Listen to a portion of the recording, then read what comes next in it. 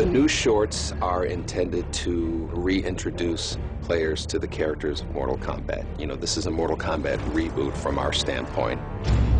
It is telling the origin stories of some of the most iconic characters in the video game and making it work in a live-action format. Here we go! Mortal Kombat's always been a little bit more flashy, over the top, and this is kind of like a new envisioning of Mortal Kombat from a more somber, dark universe. All of these stories are just a glimpse into the beginnings of a bigger story. It's getting them to the point where the journey actually really begins, is where our shorts take place.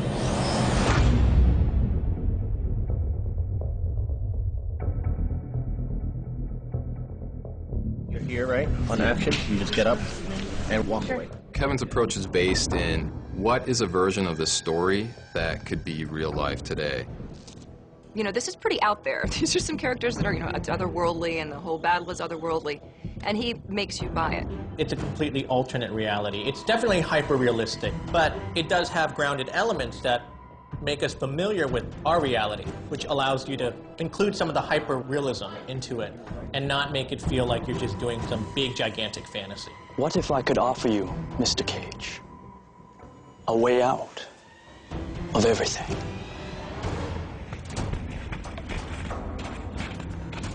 I have kind of like a sheet of ingredients that I know have made Mortal Kombat what it is, and then try and find relatable aspects of how to tell that story in a unique way. Fighting games in particular aren't known for having a deep story. Mortal Kombat is known for the opposite. It has a very deep story. These characters are all going on this journey to get them to enter the Mortal Kombat tournament. And why are they doing this? Who do they love? Why are they seeking vengeance? All of those emotions need to come out in a concise story. If you didn't know anything about Mortal Kombat, you would still be able to get a sense that it's driven from emotion. We all relate to the same things. We all relate to love and vengeance and betrayal and hurt. Finally, when you hit this mark, you notice that, okay? I love seeing those types of revenge tales where it's not about something selfish. It's all coming from a very human response. And that's why those types of stories resonate forever, because you can understand what that would feel like. Shao Kahn is my father. No, that is a lie. You are. The video game mythology is there to serve a very specific purpose, and that kind of narrative is different when you're telling a cinematic story. We read the script. Some of them were really out there. You know, the Raiden one was really out there. Raiden. Raiden, are you okay? And some of them were sticking a little bit closer towards the actual story that we wrote. As a result of your loyalty, Edenia stands unencumbered, and with your help, will remain so for all time. You have to take the broad strokes of all of the key ingredients and tell it in somewhat of a different way, but without disrespecting what has already been ingrained in the franchise's soul. The restraints that we had were basically to keep it in the Mortal Kombat universe, you know. We definitely needed the kills, the graphic nature, and to adhere to the mythology as much as we could. But then we also had some creative freedom to tell the story in a unique way that, you know, the viewers may not have expected. After 3 months of therapy, the patient maintains he is Lord Raiden, the god of thunder and protector of Earth. The one that really kind of stayed close to my heart was the Raiden episode. You know, that was something that I really enjoyed shooting. I really enjoyed seeing the response, because it's very split. People hate it, or people absolutely love it. And I thought that was an episode that expanded the universe to other dimensions, kind of thing. It's like a completely different universe. Says, don't make me do this again. Make sure you take a moment, look up at them, and then leave. Okay. That was one of the first ones. He was able to give a bit of his world of what he would do if he was given a little leeway, but yet keep the fans in that zone too. Well, hey, what can we expect from Raiden that we know already, along with his unique vision and I know it was a challenge, but I think he pulled it off real well. And then I want to end with the low angle wide of him walking with the conical hat on. Yeah. I feel like Legacy is its own universe. That's the great thing about Mortal Kombat, is that it's become one of those titles that can take on various forms of design. And because the universe is so big, you can take on various forms of storytelling and tones. And that's why I feel like Mortal Kombat is really cool, is because you can take those characters and put them in different situations and people are still interested.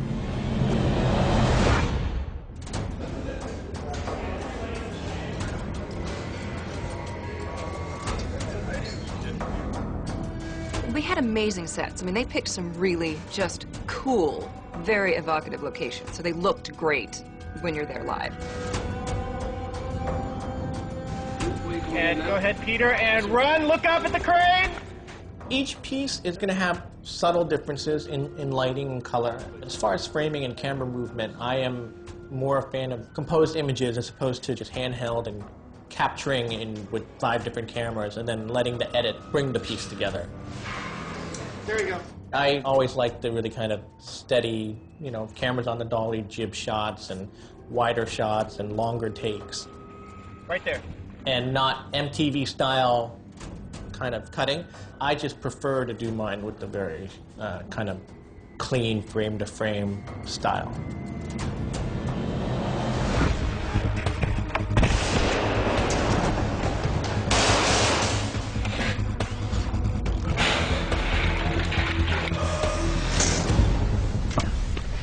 Cut. Great, we got it. Let's do the next shot.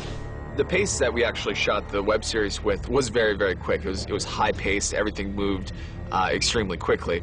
We shot 9 episodes in 18 days. So, with a feature film, you got a longer shoot schedule. I look to strike a boom. That's it. Okay. And then we'll cut. The amount of production design that went into creating something that was a web series was top-notch. And because we're at 120 frames, you don't have to hold that as long. It can be...